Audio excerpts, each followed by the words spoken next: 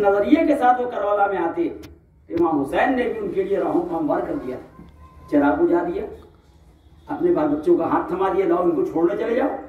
है कि नहीं? कि दुनिया वाले ऐप ना लगा सके कि हुसैन के चाहने वाले मजबूरी में हुसैन के साथ थे। हुसैन ने पूरी आजादी, फिक्री आजादी और मादी आजादी दे दी, लेकिन वो अगर इस नजरिए से आते कि महल्ले वालों को क्या मुंह दिखाएंगे और कौम वालों को क्या मुंह दिखाएंगे, तो कब के निकल जाते। हुसैन ने आजादी दे दी थी, बच्चों का हाथ थमा जाओ, मेरे बच्चों को पहुंचा दो, जाओ।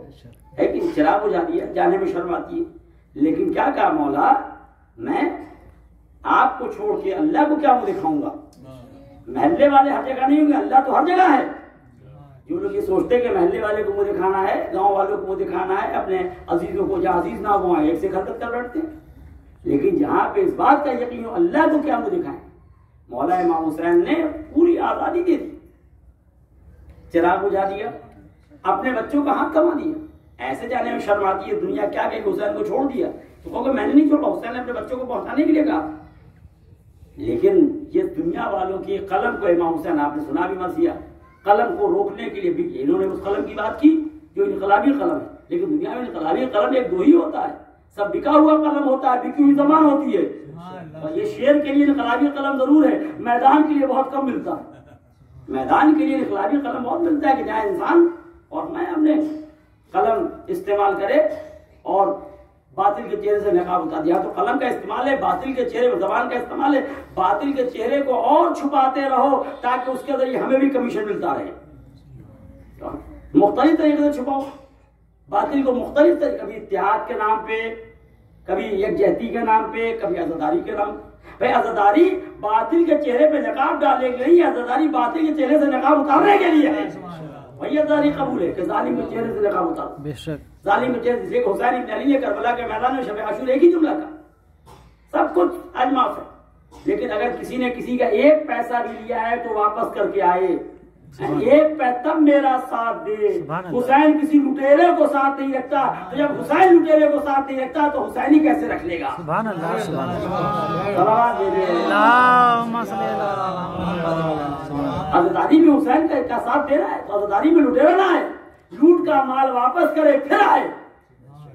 लेकिन इसका शौक तो पैदा नहीं होता और चाहते हैं कि उसके जरिए तो कुछ लोग भी मिल जाएंगे जिनकी जबान बिकी हुई है, इनका कलम बिका हुआ है, और वो लोग उन लोगों की तारीफ करते हैं।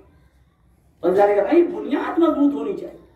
अगर बुनियाद मजबूत नहीं है तो कुछ देर के लिए मकान तो खड़ा हो जाएगा, कोई दिक्कत नहीं है।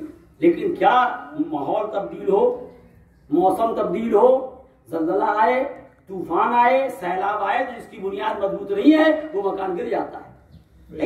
उसी तरह जिस इंसान के ईमान वाले मोमिन आदमी है, चार का दिमाग पढ़ने के लिए खड़े हो गए, लेकिन ईमान का टेस्ट तब होगा जब 4 इंच जमीन वापस करनी पड़ेगी, तो पता चलेगा इसका ईमान कितना मजबूत है, इसका दीन कितना मजबूत है। और ये बहुत अहम चीज है। इसलिए परवरदिगार हर हुक्म के लिए जो भी हुक्म है उसके बुनियादी बातों को बयान करता है कि कभी इंसान क्लियर, बेस क्लियर हो जाए, फंडामेंटल क्लियर हो जाए। जहाँ फंडामेंटल्स क्लियर जाते हैं, बेस क्लियर है, जहाँ बुनियाद, वहां पर कोई दिक्कत नहीं होती। तो मैंने आयत पढ़ी आपकी खिदमत में, साफ उसी तरह इशारा है। और इंसान अगर इस हकीकत को समझ गया तो सब कुछ समझ में आ जाएगा। लोग दौलत कैसे लुटा देते हैं, लोग माल कैसे लुटा देते हैं, लोग जान किस तरह कुर्बान करते हैं, बाल बच्चों के लाश पर शुक्र का सजदा कैसे करते हैं। इसलिए उसे बुनियाद क्या है, ये आयत है। बुनियाद क्या है, एक आयत। जैसे मैं एक मिसाल आपकी खिदमत में दे दूं, एक इंसान को बैंक में नौकरी मिलती तो क्या सोच के आता है, पहले सोच लें, अपनी सोच मजबूत कर लें, फिर कोई दिक्कत नहीं होगी। सुबह शाम जाता रहेगा, आता रहेगा, जाता रहेगा, कोई फर्क नहीं पड़ने वाला, कोई फर्क नहीं पड़ने वाला। सुबह शाम 2 लाख रुपया आया, 1.5 लाख बांटा, 50 लाख आया, 40 लाख बांटा, 50 बांट दिया, 5 और मंगाया। बैंक में होता है कि नहीं होता है। तो जो बैंक में आता है, देखिए सोच मजबूत कर लें, आने जाने का कोई ना गम है ना कोई खुशी होने वाली। जो बैंक में बैठता है, आपको कैश देता है मोहर लगा लगा के, और मैं अपने जिसके पास आप फॉर्म भरते, क्या सोच के आता है जो बैंक में पैसा आ रहा है मेरे अब्बा का पैसा है, ये मेरा पैसा है। वो सोचता है जनता का पैसा है, जनता में जाना है।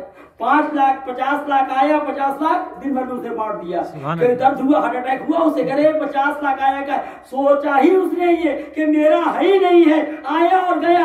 हम ये सोच ले, ना दौलत मेरी, ना माल मेरा, ना इज्जत मेरी, ना सर्वत मेरा, सब अल्लाह ने दिया, अल्लाह की राह में कुर्बान कर दिया। सुभान अल्लाह, सुभान अल्लाह।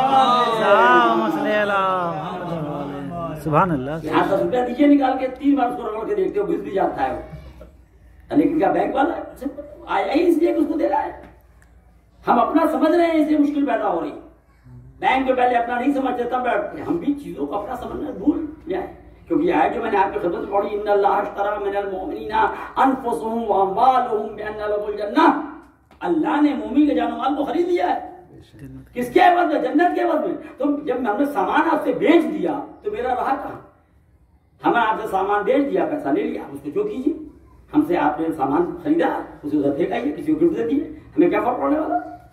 तो कहने का मकसद ये, अल्लाह ने मोमिन के जान